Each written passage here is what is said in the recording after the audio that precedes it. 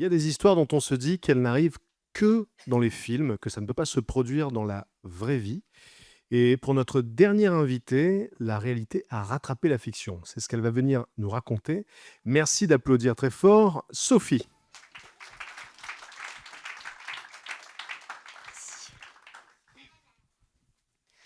Bonsoir. Alors, je m'appelle Sophie. Quand, j'avais 18 ans, j'attendais mon premier enfant. J'étais donc enceinte de 8 mois et demi. Je suis allée à la maternité avec mon compagnon et j'ai donné naissance à une petite fille. L'accouchement, il s'est bien passé. Ensuite, elle a eu une jaunisse. C'était une clinique qui nous proposait aussi de garder les bébés pour qu'on puisse, souffler, se reposer. Quoi qu'il en soit, elle a eu la jaunisse, ils l'ont placée sous des rayons dans une couveuse. La nuit, la journée, il la prenait, il me la ramenait. Suite à ça, on est rentré à la maison et c'est là que j'ai vraiment fait connaissance avec mon bébé parce que j'étais jeune et je m'en suis pas beaucoup occupée en fait pendant la maternité, à la maternité. Et donc quand on est rentré, après, on a pris une vie normale. On habitait dans un village. Donc dans le village, il y a eu des rumeurs. Au bout de 2 ans, ma fille était un peu mate, un peu frisée. Et du coup, des rumeurs circulaient comme quoi j'aurais pu être infidèle. Et excusez-moi, c'est toujours, même si ça date, j'ai quand même beaucoup d'émotions toujours à raconter. Et donc suite à ça, on s'est séparé avec mon compagnon. Il s'est remarié et il a demandé un test ADN parce que il n'avait pas de contact. Son ex-femme, sa nouvelle femme, c'est moi l'ex-femme, a eu un autre enfant. En fait, il a eu un autre enfant et elle voulait à tout prix en fait savoir si son fils était le frère de ma fille ou pas. Donc finalement, lui, le fait qu'on dise que je l'avais trompé, qu'il n'était pas le père, ça l'arrangeait parce qu'il s'en occupait pas. Ça justifiait un peu le fait qu'il s'en occupait pas. Et puis donc, on a eu un test au bout de 2 ans. C'est assez long en France. Et moi, j'étais assez sereine, hein. Je sais avec qui j'ai eu un enfant. Donc, je connaissais le résultat du test de toute manière. Et puis c'était important aussi pour ma petite fille qui avait hâte en fait de prouver à son père que j'étais pas une menteuse, qu'elle était bien sa fille et puis pouvoir retrouver son papa. Au bout de 2 ans, on a eu les résultats, donc j'ai été convoquée dans le bureau de mon avocate et qui elle est pas allée par 4 chemins, de but en blanc. Elle m'a dit clairement, écoutez, il n'est pas le père parce que vous n'êtes pas la mère. Là, j'ai eu un trou noir. Je n'ai plus rien entendu de la suite du rendez-vous. J'étais choquée, bouleversée. À ce moment-là, j'ai quand même réalisé que du coup, si j'étais pas la maman de ce bébé, mon bébé que j'ai mis au monde était quelque part depuis 10 ans. Donc ma fille avait déjà 10 ans quand on m'a annoncé ça. Et où se trouvait mon bébé biologique, qu'est-ce qu'elle avait pu devenir depuis 10 ans. Et en même temps, je me disais, mais comment je vais pouvoir annoncer une nouvelle aussi destructrice, aussi terrible à ma petite fille, qui est dans son petit monde, sa petite innocence. Enfin, je vais briser sa vie, là. C'était vraiment très compliqué à gérer. Suite à ça, j'ai mis quand même plusieurs semaines. J'arrivais pas à lui dire. Chaque week-end, j'attendais. La semaine, il y avait l'école. J'attendais un week-end. Puis le week-end, j'avais tellement s'amuser, sourire. Et je me disais, on va attendre le week-end après. C'était, voilà. Mais à un moment, il fallait quand même le dire. Donc, je l'ai amené dans la chambre. Et là, je lui ai annoncé. Je lui ai dit, écoute, on a eu les tests. Et je lui ai dit, ça va être difficile. il n'est pas ton papa, mais parce qu'en fait, ils m'ont annoncé que j'étais pas ta maman. C'était indisable. Je sais pas, voilà, c'était impossible à dire, mais il fallait. Et puis là, elle s'est mise à pleurer, elle a eu peur. Et puis c'est difficile de rassurer son enfant, en fait, quand on l'est pas soi-même. Et elle a eu terriblement peur, en fait, De suite, elle s'est dit, donc ça veut dire que j'ai d'autres parents et ils vont vouloir me reprendre et je vais être séparée de vous. Enfin, voilà, c'était.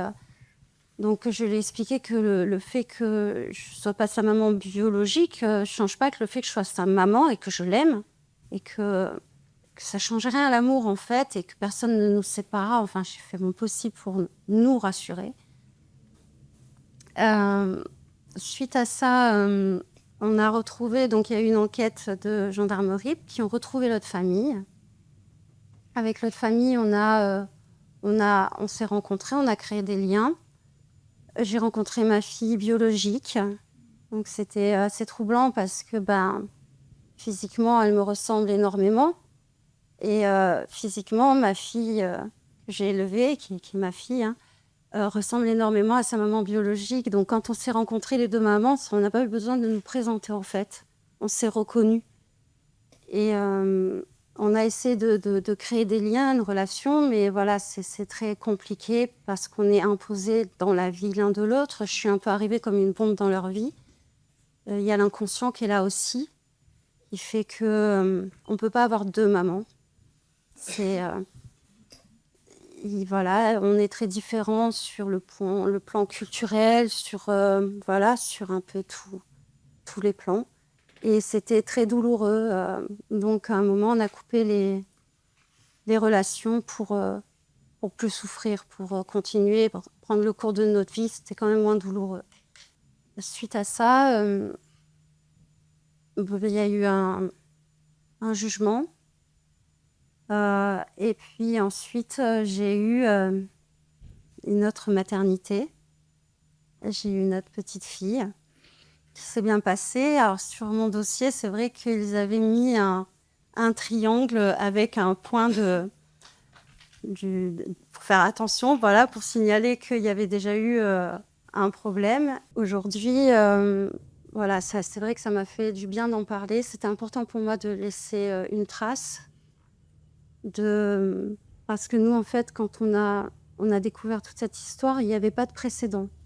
J'ai fait une grosse médiatisation. Il n'y a eu aucun retour de personnes qui avaient vécu la même chose. Donc, on s'est retrouvés dans un noir humain, dans un noir juridique.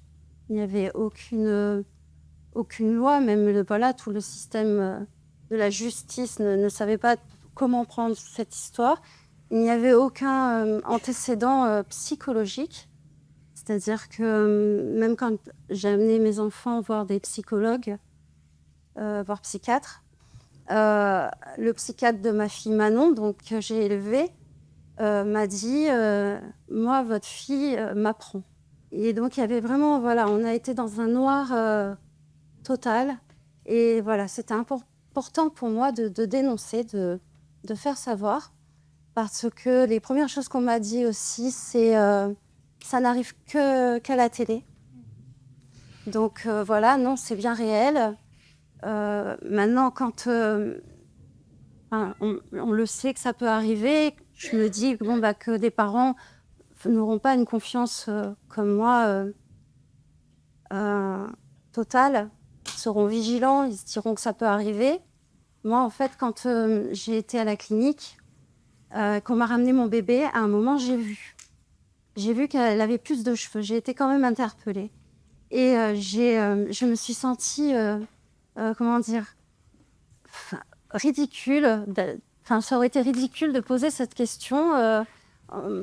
C'est bizarre, mon bébé a plus de cheveux. Enfin, voilà, sans savoir pourquoi j'aurais posé cette question, en fait. Mais bon, je me suis quand même pris le courage et j'ai dit à l'infirmière, vous savez, j'ai l'impression que mon bébé a plus de cheveux. Et voilà, ce que je craignais est arrivé. On m'a regardé d'un air, c'est quoi cette question bête?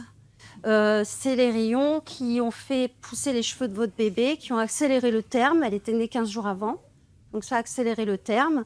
Et Et voilà, en fait, elle a simplement plus de cheveux. En parallèle à l'autre famille, donc ce qui est écrit dans les dépositions de l'enquête, l'autre maman avait vu que son bébé avait moins de cheveux. Et on lui a répondu, et c'est ça qui est fou dans les dépositions, que c'était les rayons qui avaient fait tomber les cheveux, voilà, de son bébé. Donc la confiance, moi j'avais 18 ans, voilà, c'est un professionnel de santé qui est face à moi. J'ai fait confiance, j'avais confiance. On m'a dit, bon, ben, je dis n'importe quoi, voilà. Bon, j'ai quand même essayé de dire qu'elle avait prise de cheveux. Mais voilà, il faut... La confiance a ses limites. Il faut surveiller. Quand j'ai eu mon dernier enfant, je ne l'ai pas quitté. Au moment où mon compagnon est venu tout seul, euh, et je lui dis, elle est où la petite? Il me dit, mais t'inquiète pas, elle est dans la salle à côté. Elle est... Il n'y a personne. Je dis, mais justement, elle est toute seule. J'allais y aller à 4 pattes. Je ne voulais pas... non, c'était... donc, ce qui m'est arrivé, c'était pas imaginable, en fait. Quand j'ai médiatisé, il y a eu beaucoup de retours de gens qui disaient oh, moi, j'aurais reconnu mon bébé entre 1 million. Comment elle a pu faire pour pas reconnaître son enfant Enfin, et d'un autre côté, on me disait ce qui vous arrive est inimaginable. Mais oui, justement, j'ai vu qu'elle avait plus de cheveux, mais c'était impossible pour moi de m'imaginer qu'on venait de m'échanger mon bébé avec le bébé d'une autre famille. Euh, donc voilà, même l'inimaginable peut arriver. Et aujourd'hui, voilà, ça me fait du bien d'en parler. Aujourd'hui, j'ai une petite fille qui a 10 ans, qui a l'âge donc qui a l'âge où l'a appris ma fille Manon. Aujourd'hui, dans la vie de tous les jours, c'est très difficile pour moi de lui en parler directement. Voilà, dès qu'elle essaye, et je la comprends, elle a envie de connaître, c'est l'histoire de sa famille, c'est l'histoire de sa sœur. Mais j'esquive toujours un peu le sujet, je le survole, voilà, c'est vrai que c'est difficile. Et là, de le raconter devant vous tous, ça me permet de lui raconter à elle aussi. C'est plus facile pour moi. Et puis, cette soirée, je la lui dédie. Voilà, merci. Merci beaucoup.